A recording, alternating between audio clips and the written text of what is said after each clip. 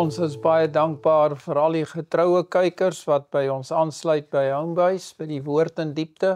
Ek glo julle geniet Bybelstudie en dit is vir ons 'n voorreg om te weet, daar's mense wat dit ook geniet. En vandag kyk ons na die ware Josua en ons leer hoe hy, Josua, die tipe was van Jesus, die ware Josua. Kom ons bid saam. Vader in die hemel, ons wy ons lewe toe aan U wat die pad voor ons geloop het. Leer ons om in die voetspore te volg, Here, en om U liefde vir ons raak te sien. Amen. Toe ek hierdie fotootjie sien, en hierdie geel blommetjie daar uit die stof van die aarde groei, toe dink ek aan 'n teks. En ek wil hê Rebecca moet daai teks lees in Jesaja 53 vers 2. Hy tog het soos 'n loot voor sy aangesig opgespruit en soos 'n wortel uit droë grond.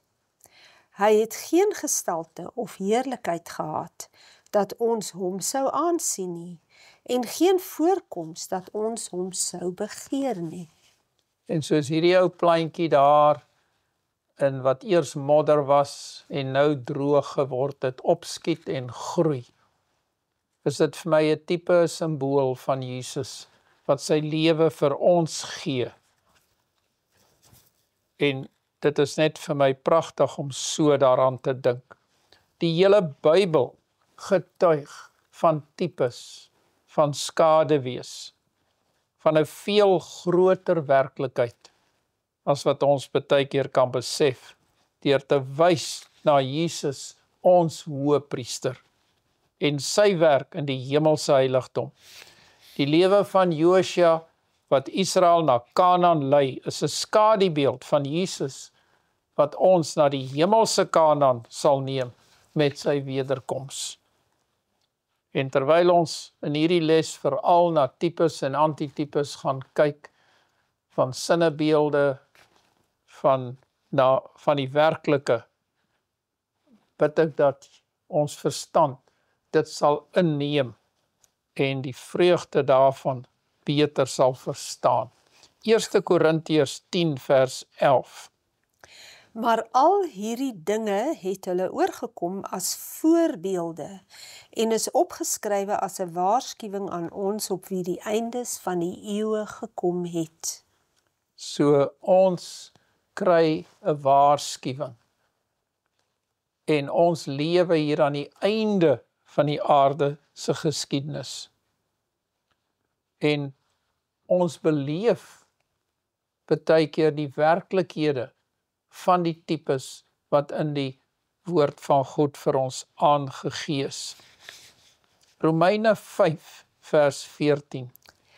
Tog het die dood geheers van Adam af tot op Moses, ook oor hulle wat nie gesondig het in die gelykheid van die oortreding van Adam nie, wat 'n voorbeeld is van hom wat sou kom. Voorbeeld vir hom wat sou kom. 1 Korintiërs 10 vers 1. Want ek wil nie hê, broeders, dat julle nie sou weet nie, dat ons vaders almal onder die wolk was, en almal deur die see deurgegaan het, en almal in Moses gedoop is in die wolk en in die see, en almal dieselfde geestelike spys geëet het, en almal dieselfde geestelike drank gedrink het, want hulle het gedrink uit 'n geestelike rots wat gevolg het, en die rots was Christus. Hier is so baie tipes. Ek hou van die woord tipe en die woord skaduwee. Hy gebruik hier eers die woord wolk. Nou daar was nie wolke in die lug wat die Israeliete getrek het nie, maar God se teenwoordigheid was daar en die wolk stel sy teenwoordigheid voor.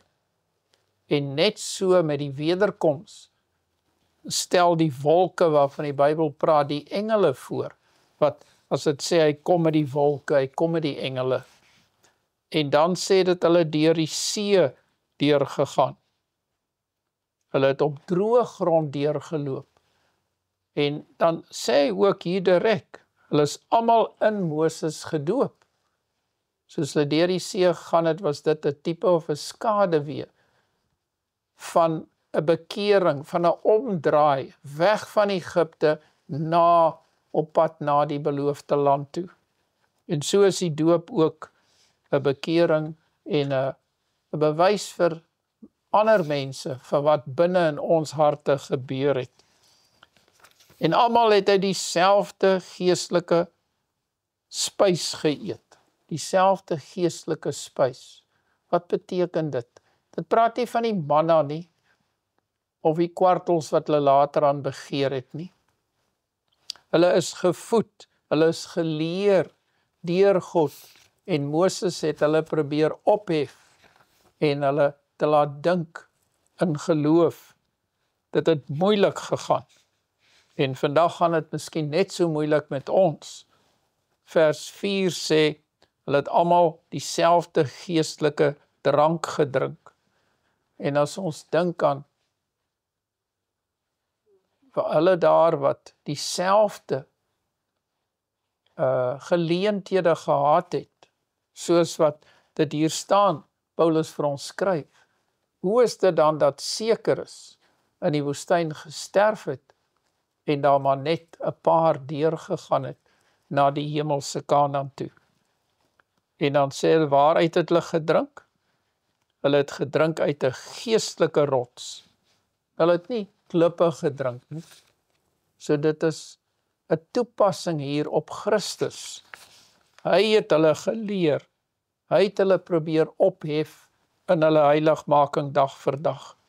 En dan sê hy reguit, en die rots was Christus. Pragtige analogieë en verduidelikings wat hy hier gee.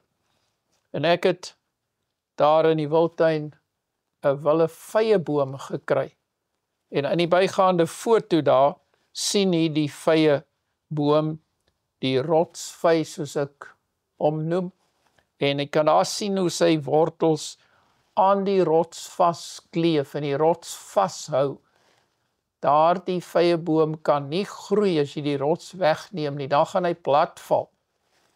Hy groei op die rots en so is Christus ons rots, by wie ons geestelike voedsel, ons geestelike drank kry en ons geestelike vastigheid. 1 Korintiërs 10 vers 5. Maar God het in die meeste van hulle geen welbehaag gehad nie, want hulle is neergeslaan in die woestyn. Nou, hier sê dit dat die meeste het nie geluister nie.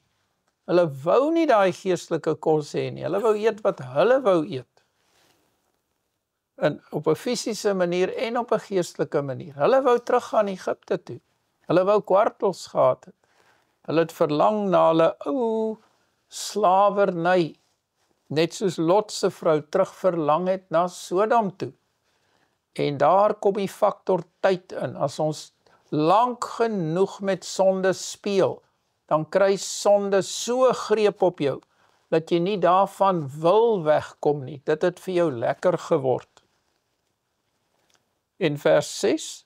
En hierdie dinge was voorbeelde vir ons, dat ons nie begeerig moet wees na slegte dinge, soos hulle begeerig was. Ja, dit word baie duidelik vir ons hier voorspel, of uitgespel. Vers 7. En wees ook nie afgode dienaars, soos sommige van hulle was nie, soos geskrywe is, die volk het gaan sit om te eet en te drink en het opgestaan om te speel. En laat ons nie hoereer soos sommige van hulle gehoereer het nie. En daar het op een dag 23.000 geval. En laat ons Christus nie versoek soos ook sommige van hulle gedoen het nie.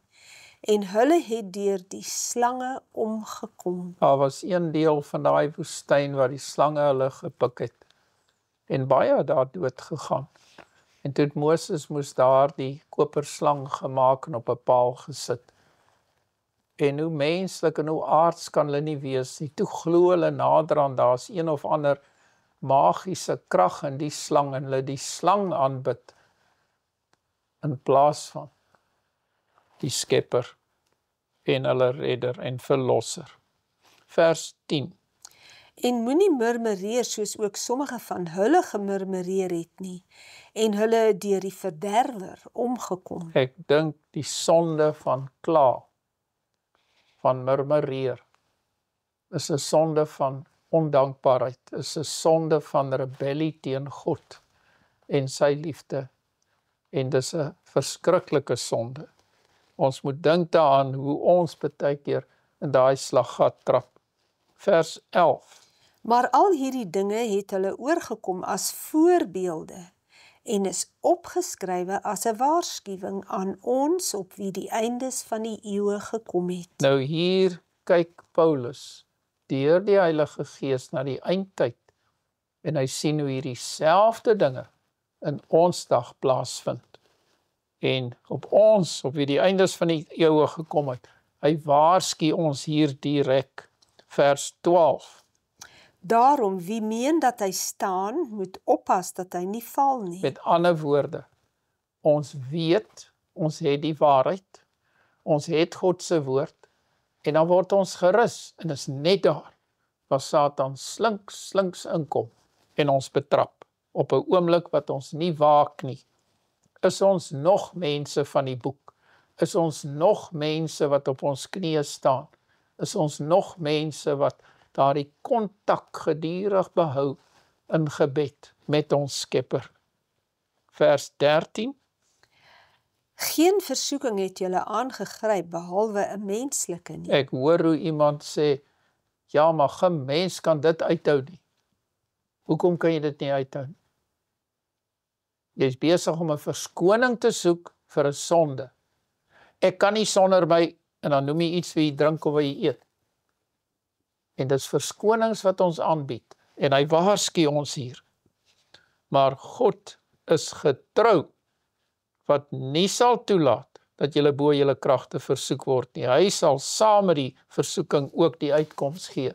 God kan 'n uitkoms gee vir elke probleem, as ons net aan hom vashou. En julle sal dit kan verdra. Ek kan nie help nie, maar dit is seker al die 3de, 4de keer wat ek hierdie skuifie gebruik. En ek sien nou nog die ou pleintjie daar in Namakoland in die sandvlaktes, waar ek hierdie vygie in die middel van die dag afgeneem het. En die bygaande fotootjie wys die vygie met die 2 vygieblommetjies met die skadu-beelde op die sand. Daardie skadu-beelde sê vir ons dat daar's 'n blommetjie. Jy kan nie die kleur van die blommetjie sien nie. Jy kan dit raai, jy kan dit in jou gemoed bepeins, jy kan daaroor dink. Maar wanneer ons God se woord lees en besef dat ons gewaarsku word en ons sien skadu-beelde van verkeerde dinge, dan moet ons wakker loop. Want die regte ding is veel erger as die skadu-beeld daarvan. Maar dankie Here vir die skadu-beelde van Christus se lewe, wat hy vir ons gee, deur soveel lesse in die Ou Testament, dat ons wakker sal wees, en nie in die vyand se slinkse struik sal beland nie. Hebreërs 8 vers 5 gee dit weer vir ons. Hulle wat 'n afbeeldsel en skaduwee van die hemelse dinge bedien, soos Moses 'n goddelike bevel ontvang het, toe hy die tabernakel sou voltooi. Want hy het gesê, kyk dat jy alles maak, volgens die voorbeeld wat jou op die berg getoon is. Die Here het die werklike en die oorspronklike, het hy in die hemel. Hy self is ons rots, waaruit ons drink. Die duiwel kan niks skep nie. Hy kan net dit wat God gemaak het, gaan verwring en afbreek en verkeerd voorstel. En hier sien ons die hemelse dinge, die hemelse plan van verlossing deur die tabernakel, kry Moses 'n plan van die hemel, 'n skadubeeld daarvan, dat ons 'n begrip kan hê vir wat in die hemelse heiligdom aangaan. Nou kom die duiwel en hy vat daai selfde ding en hy misbruik hom. Hy sê, julle moet 'n fisiese beeld maak, Baal, en julle moet voor hom neerkniel, maak hom van goud, en so dans hulle om 'n kalf, daar by Sinai, en die duiwel verdraai alles wat God mooi gemaak het. Hebreërs 9 vers 23. Dit was dus nodig dat die afbeeldinge van die dinge in die hemele deur hierdie offers gereinig moes word, maar die hemelse dinge self deur beter offers as hierdie. Want Christus het nie ingegaan in 'n heiligdom met hande gemaak, 'n teebeeld van die ware nie, maar in die hemel self om nou voor die aangesig van God vir ons te verskyn. Net so min as wat die Israeliete kon kyk in die allerheiligste op die aardse tabernakel, want dan sou hulle sterf. Net so min kan ons 'n volle begrip hê van wat in die hemel aangaan. Die Here het vir hulle iets tasbaars gegee om aan te vat, dat vakmanne, Besaleel en Oholiab het daardie gereedskap gemaak, hulle het dit aan die Here toegewy, hulle het dit opgeslaan en bedek, want dit was heilig, dat 'n mens se oog nie eens daarop moet val nie. Nou moes die kinders van Israel deur geloof die ark sien aan die binnekant, wat net die hoëpriester 1 keer 'n jaar vir 'n paar oomblikke kon sien. En hierdie tasbare het vir hulle die werklike voorgestel. En nou moet ons nie dink daar's 'n gebouetjie wat so lank en so breed is in die hemel nie. Ons dink in mense taal, in mense gedagtes, maar die hemelse is veel groter as wat ons kan bedink. En as ons daarin dink dat God se troon in die allerheiligste is, dat God by ons sy troon wil oprig, hy wil by ons kom tabernakel, dan slaan my verstand toe, ek kan dit nie begryp nie. Jesus is ons tabernakel, waar die werklike tabernakel hier op aarde wat Moses laat bou het, net hom voorgestel het. Maar hy is die lewe. Psalm 22 vers 1. Vir die musiekleier op die wysie van die hert van die dageraad, 'n psalm van Dawid. My God, waarom het U my verlaat? Ver van my hulp van die woorde van my gebrul? En hier het ons nou een van die kruispsalms, waar Dawid skryf, profeties skryf, deur inspirasie, en Christus van hierdie woorde later aan in sy lydenspad na die kruis toe herhaal het. Psalm 22, vir al hierdie 3, Psalm 31 en dan Psalm 69, is daar kort verse wat sin speel op Christus, die antitype, die werklike wat sou kom. En dan Psalm 22 vers 14. Hulle het hul mond teen my oopgespalk, soos 'n leeu wat verskeur en brul. Ek is uitgestort soos water, al my beendere raak los. My hart het soos was geword, dit het gesmelt binne in my ingewande. Let op al hierdie beeldspraak wat hier gebruik word. My krag is verdroog soos 'n potskerf, en my tong kleef aan my verhemelte. En U lê my neer in die stof van die dood, want honde het my omsingel, 'n bende kwaaddoeners het my omring. Hulle het my hande en my voete deurgrawe. Al my beendere kan ek tel. Hulle kyk, hulle sien met welgevalle op my neer. Hulle verdeel my klere onder mekaar en werp die lot oor my gewaad. En dit is so duidelik dat dit baie van die dinge wat met Jesus gebeur het, voorspel het. Wat die egtheid van God se woord, die inspirasie daarvan, vir ons so duidelik deurgee, as ons oë oop is en ons gedagtes vir sy Heilige Gees ontvanklik is. Jeremia 23 vers 5. Kyk, daar kom daar, spreek die Here, dat ek vir Dawid 'n regverdige spruit sal verwek, en as koning sal hy regeer en verstandig handel, en reg en geregtigheid doen in die land. Hier praat dit van 'n spruit, en ons vandag nog gebruik ons baie van die woorde van die Bybel in ons gewone omgangstaal, omdat die Bybel die boek is waarop die Christen se lewe geskoei is. Ons praat nog vandag van 'n kind as 'n spruit. Hier is 'n profesie dat daar uit Dawid se nageslag 'n regverdige spruit verwek sal word. 'n koning, en hy sal in geregtigheid regeer. Pragtige, ryk simboliek. Jesaja 9 vers 5. Want 'n kind is vir ons gebore, 'n seun is aan ons gegee, en die heerskappy is op sy skouer, en hy word genoem wonderbaar, raadsman, sterke God, ewige Vader, vredevors. En mens kan oor elkeen van hierdie opskrifte, hierdie titels van God, van Jesus, dat hy wonderbaar is, kan mens 'n hele les uitwerk. Hy's 'n raadsman, hy's ons sterke God, hy's ons ewige Vader.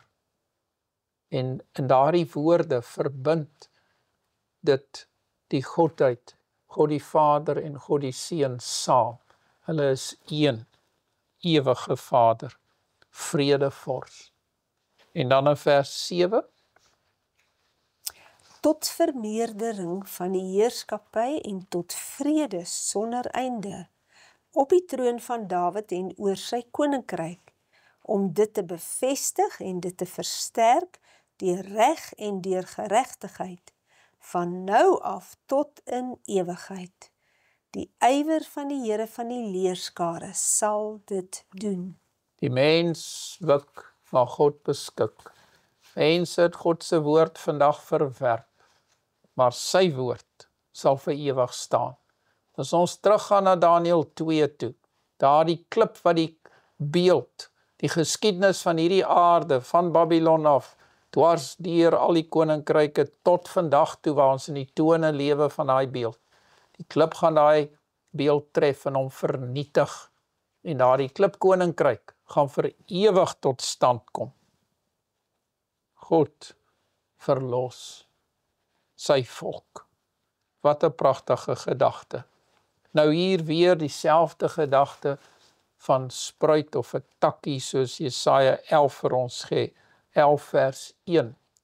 Maar daar sal 'n takkie uitspruit uit die stomp van Isaai, en 'n loot uit sy wortels sal vrugte dra. Nou, daardie stukkie, dit is so mooi gesê. Dawid was die voorgeslag van Christus, en uit die stomp van Isaai, en sy loot, en 'n loot uit sy wortels sal vrugte dra. Is dit nie mooi nie? En ek het gaan soek, en het ek 'n boomstam gekry, en uit daardie ou skurwe harde boomstam kom daar 'n loot uit. Nuwe blaartjies wat groei. En dit was vir my mooi. Nuwe lewe, vars lewe, jong lewe. En so is die profesie van Jesus wat sou kom. En op hierdie aarde lewe om redding, om lewe aan ons te gee. En die res van daardie teks sê, En op hom sal die gees van die Here rus, die gees van wysheid en verstand, die gees van raad en sterkte, die gees van kennis en van die vrees van die Here. Daardie feite wat hier genoem word, die gees van die Here. Dit sê soveel. Dan sê dit die gees van wysheid en verstand. Wat kan mens meer begeer? En die gees van raad en sterkte. En dan die gees van kennis. En dan van die vrees van die Here. Dit is so allesomvattend, volmaak. Vers 3. Hy het 'n welgevalle aan die vrees van die Here, en hy sal nie reg spreek na wat sy oë sien nie, en nie oordeel na wat sy ore hoor nie. Maar aan die armes sal hy in geregtigheid reg doen, en die sagmoediges van die land met billikheid oordeel. Maar hy sal die aarde slaan met die roede van sy mond, en met die asem van sy lippe die goddelose doodmaak. Wanneer 'n regter op hierdie aarde oordeel moet vel, dan luister hy na al die getuienis en al die dinge. En dan hang dit af van watter woorde hom meer beïndruk wat hy uiteindelik gaan sê. Maar hierdie teks sê vir ons, God leen nie sy ore uit nie. Hy weet wat reg is en geregtigheid vloei uit sy mond uit. Vers 5. En geregtigheid sal die gordel van sy lendene en trou die gordel van sy heupe wees. Pragtig, pragtige, absolute tekste van waarheid. Johannes 19 vers 24. En hulle het vir mekaar gesê, laat ons dit nie skeur nie, maar laat ons die lot daaroor werp. Wie sin sal dit wees? Dit is nou die onderkleed van Jesus aan die kruis. Sodat die skrif vervul sou word wat sê, hulle het my klere onder mekaar verdeel en oor my gewaad het hulle die lot gewerp. Dit het die soldate dan gedoen. Nou, wat doen ons in vandag se Bybelstudie? Ons probeer na tipes kyk en hoe dit wys op die werklike. Ons kyk na skaduwees wat wys op die egte. So het ons na die skaduwee van daai vygie gekyk op die sand, maar dit het nie kleur gehad nie. As ons die werklike wil sien, hoe die vygie gelyk het, dan moet ons na die vygie kyk. Maar as jy net die skaduwee raak sien, nou kom ons probeer nou hier. Hulle het my klere onder mekaar verdeel. Kan jy aan klere vat? Ja. Kan jy aan die lot vat? Ja. Hulle het in hulle hand gehad en hulle het dit daar gegooi. En toe het hulle dit nie verdeel en geskeur in 4 stukke vir die soldate nie. Maar die lot het geval op een van die soldate en hy het dit toe gekry. Wat se betekenis het hierdie sinsnede hier in Johannes 19 vir ons? Hoe is dit simboliek? Kom ons probeer nou weer. Hulle het my klere onder mekaar verdeel. Wat het die mensdom gedoen met God se onderwysing wat hy na hierdie aarde toe gebring het? Met sy kleed van geregtigheid, met sy waarheid, met sy woord. Wat maak ons met die Bybel vandag? Ons verdeel dit. Ons haal hierdie teks uit, ons haal daai teks uit, ons sê hierdie is so van toepassing, daardie is so, en ons sê stap die werklikheid. En God se woord word nutteloos. Ons skeur eintlik daardie onderkleed. Die waarheid wat hy vir ons bring, wat na in sy hart lê, skeur ons flenters, en dan gee ons vir elkeen. Of ons gooi die lot daaroor, asof ons kan besluit wat waarheid is en wat nie. So in hierdie eenvoudige teks lê daar dieper waarhede, as we dit net so met die oog af lees. Nou kom ons kyk na Josua, Eksodus 3 vers 1. En Moses het die kleinvee opgepas van sy skoonvader Jethro, die priester van Midian. En toe hy die kleinvee agter die woestyn gedryf het, kom hy by die berg van God, by Horeb. Daarop verskyn die engel van die Here aan hom in 'n vuurvlam uit 'n doringbos. En toe hy weer sien, brand die doringbos in die vuur, maar die doringbos word nie verteer nie. Wat het Moses gedink? Toe Josua ook daardie soldaat voor hom sien staan en hy sê, is jy vir die Here, is jy vir ons of teen ons? Wat het hy gedink? Maar toe het Moses en later Josua besef dat hierdie verskynsel is God wat verskyn. Sy heiligheid. En hy sien nie net 'n doringbos raak nie, maar hy besef dis heilige grond waarop hy staan. En ek het 'n fotootjie daar gekry van iemand geteken of geskilder het. En dit gee vir ons maar net 'n beeld sodat ons gedagtes kan begin dink. Ons kan nie 'n beeld van God maak nie. Hy is 'n verterende vuur omdat ons sondaars is. En hy is bokant ons begrip. Dan sê Josua 1 vers 1, en na die dood van Moses, die knegg van die Here. Moses is die grootste profeet van alle tye, maar die Bybel noem hom 'n knegg. Het die Here met Josua, die seun van Nun, die dienaar van Moses, gespreek en gesê, so, Moses is God se knegg, Josua is Moses se knegg, en nou praat die Here met hom. En hy sê vir Josua, my knegg Moses is dood, maak jou dan nou klaar, trek deur die Jordaan, en dis onmoontlik, daar's miljoene mense in die Jordaan is volk, jy en die hele volk na die land wat ek aan hulle, die kinders van Israel sal gee, ek wil my beloftes nakom, en Josua se oor ek groot, elke plek waar julle voetsool op sal trap, dit gee ek aan julle, pragtige belofte, soos ek met Moses gespreek het, soos ek met Moses gespreek het. Die Here het met Moses gepraat, Josua het dit gesien, by die Rooi See, en nou gaan dit weer gebeur.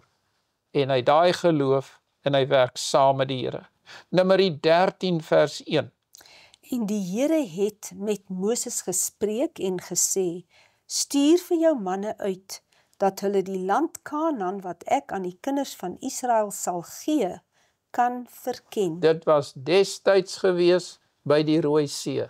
Nie by die Rooi See nie, in die woestyn, toe hulle na 2 maande op die grens van die beloofde land kom.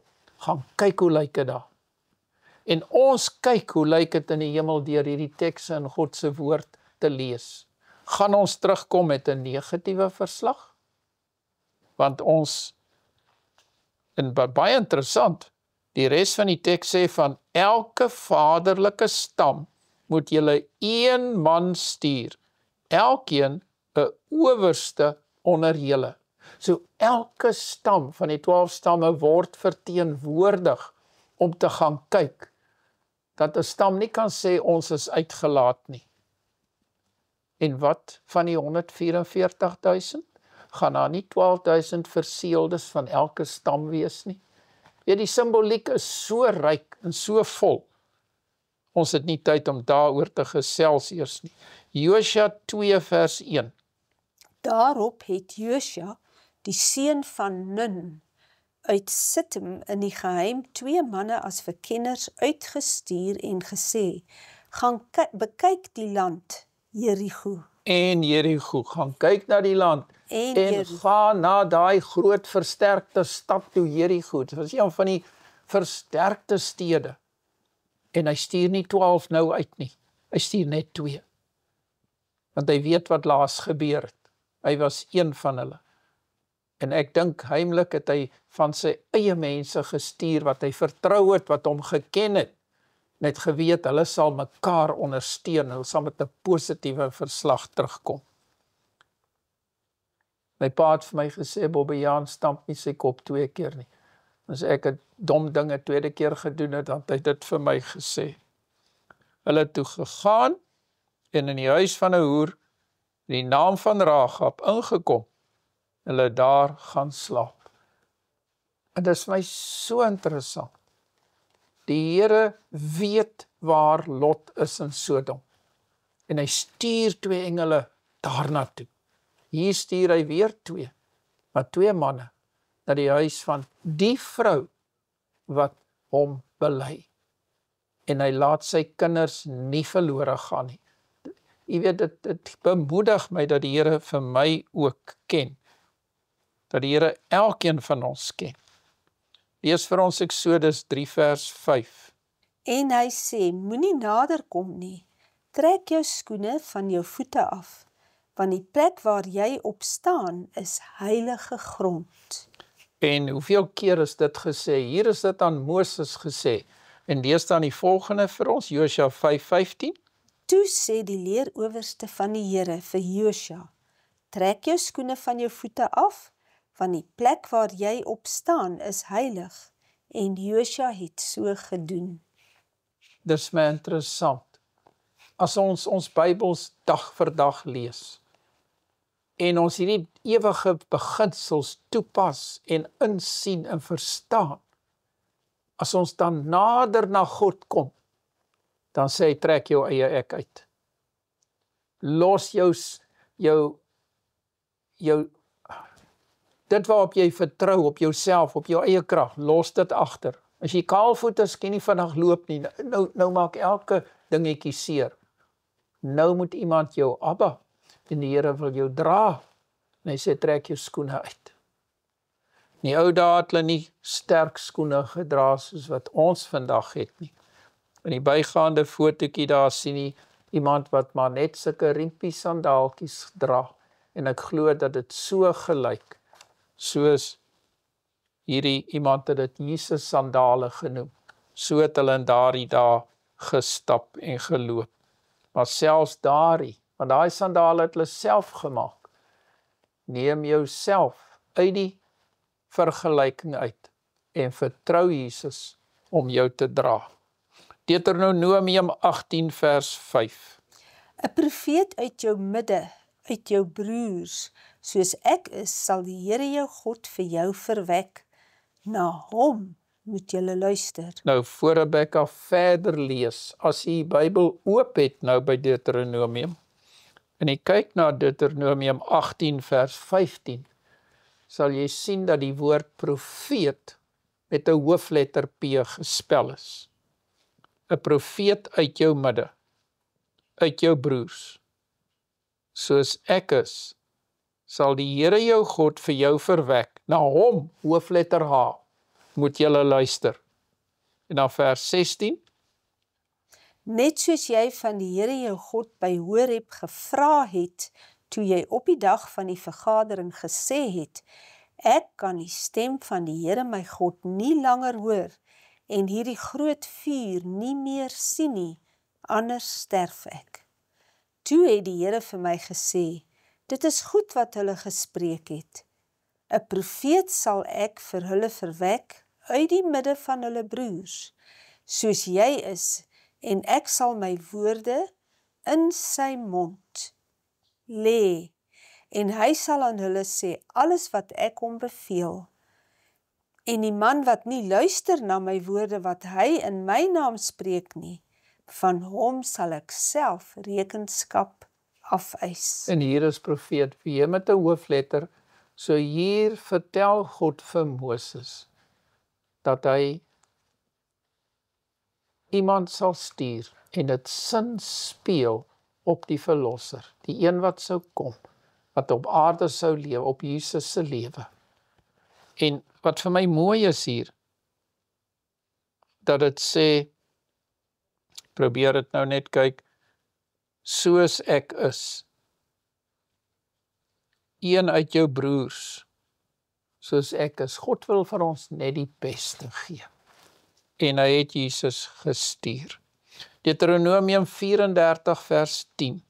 En soos Moses, vir wie die Here van aangesig tot aangesig geken het, het daar geen profeet meer in Israel opgestaan nie. Wat betref al die tekens en die wonders wat die Here hom opgedra het om in Egipte land, aan Farao en aan al sy dienaars en sy hele land te doen. En wat betref die hele magsopenbaring en al die groot skrikwekkende dade wat Moses voor die oë van die hele Israel gedoen het. Ek dink ons besef nie wat daai woord skrikwekkend beteken nie. As jy dink aan die wondere, die plaag 1, plaag 2, plaag 3, plaag 4, plaag 5, plaag 6, plaag 7, plaag 8, plaag 9 en dan die 10de plaag, die dood van die eersgeborenes. Dit was skrikwekkende dinge wat gebeur. Dit was groot wonders. En dit het nie daar opgehou nie. Toe die see oopgegaan, nog 'n wonder. Toe het die wolk agter die Israeliete inbeweeg en duisternis gemaak vir die leer van Farao wat hulle agterna gejaag het. En die see het oopgegaan en het lig gemaak dat hulle die hele nag deur geloop het. En so het wonderwerk na wonderwerk vir nog 40 jaar plaasgevind. Kos uit die hemel, skaduwee in die dag, warmte in die nag, 'n vuurpilaar. En so het die Here vir hulle gesorg tot hulle op die grens van Kanaan gestaan het. En toe die wonderwerke maar begin. En so doen hy vandag nog wonderwerke. As u net nou 'n happie kos neem, en u sit dit in die mond, daardie kos verander na energie dat jou spiere kan werk, dat jou mond kan praat, dat jou gedagtes kan dink. Absolute wonderwerke wat ver bo die mense verstand is. En dit het hy gedoen voor hulle oë. Groot dade. Handelinge 3 vers 22. Want Moses het tot die vaders gespreek, die Here julle God sal vir julle 'n profeet verwek uit julle broeders, net soos ek is. Ja, dit het ons al gelees. En in daai bygaande foto, daar is een van hierdie skrikwekkende oomblikke, maar ook bemoedigende oomblikke. In daai foto kan jy 'n skilder se voorstelling sien van die teenwoordigheid van God self op die berg Sinai, die weerlig, die donker wolke, die rook en God se liefde wat Moses beskerm en sy liefdeswet aan hom gee en sê lewe hier volgens, ek wil julle seën, ek wil julle herstel, ek is lief vir julle my kinders. Dit is groot gedagtes hierdie. En dit sê vir Abraham, sê God, die verbond van God met ons vaders gesluit, toe hy vir Abraham gesê het, in jou saad sal al die geslagte van die aarde geseën word. En vandag as geestelike kinders, as geestelike Israel, word ons as Abraham se nageslag gereken en ons deel in daardie voorregte. Hebreërs 3 vers 7. Daarom, soos die Heilige Gees spreek, vandag as julle sy stem hoor, verhard julle harte nie. So wat sê ons na die hele Ou Testament en selfs amper die hele Nuwe Testament? Kom die skrywer van Hebreërs en hy sê vandag, nou, terwyl u hier sit en luister op Homebase, moenie jou hart verhard nie. Daar is lewe vir jou beplan, nie die dood nie. Hebreërs 4 vers 11. Laat ons dan beywer om in te gaan in die rus, sodat niemand in dieselfde voorbeeld van ongehoorsaamheid mag val nie. Ons wil nie in die woestyn val en sterwe soos daardie 10 spioene en die hele geslag wat teen die Here gemurmureer het nie. Ons wil soos Josua en Caleb deurgaan na die beloofde land. 1 Timoteus 1 vers 18. Hierdie boodskap vertrou ek aan jou toe, my kind Timoteus, ooreenkomstig die profeseë wat vroeër aangaande jou uitgespreek is, sodat jy daardeur die goeie stryd kan stry. Paulus noem Timoteus sy kind. Noem ons mense in ons gemeenskap, ons kinders, dra ons verantwoordelikheid vir hulle en bemoedig ons hulle, soos Paulus hier gemaak het. 1 Petrus 1 vers 4. Sodat ons 'n onverganklike en onbesmette en onverwelklike erfenis kan verkry, wat in die hemele bewaar is vir ons. Ons het daardie erfenis nou reeds, as ons dit wil aangryp volgens Petrus hier.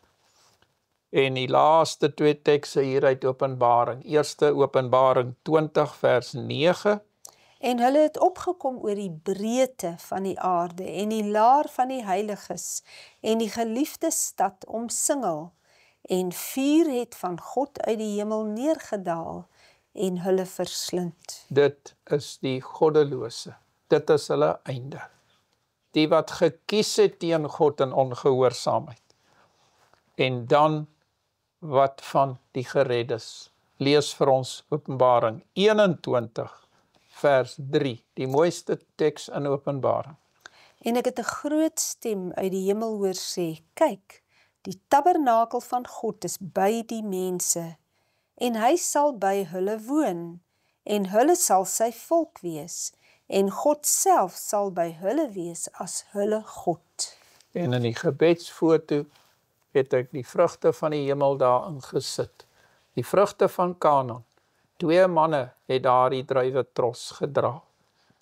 En in die hemel sal ons van die hemelse Kanaan se druiwe kan eet. Kom ons bid saam. Vader in die hemel, my hart gaan uit na elke een. Vir al hulle wat teenstribbel teen die waarheid. Wat hulle harte wil hard maak teen hierdie pragtige waarhede.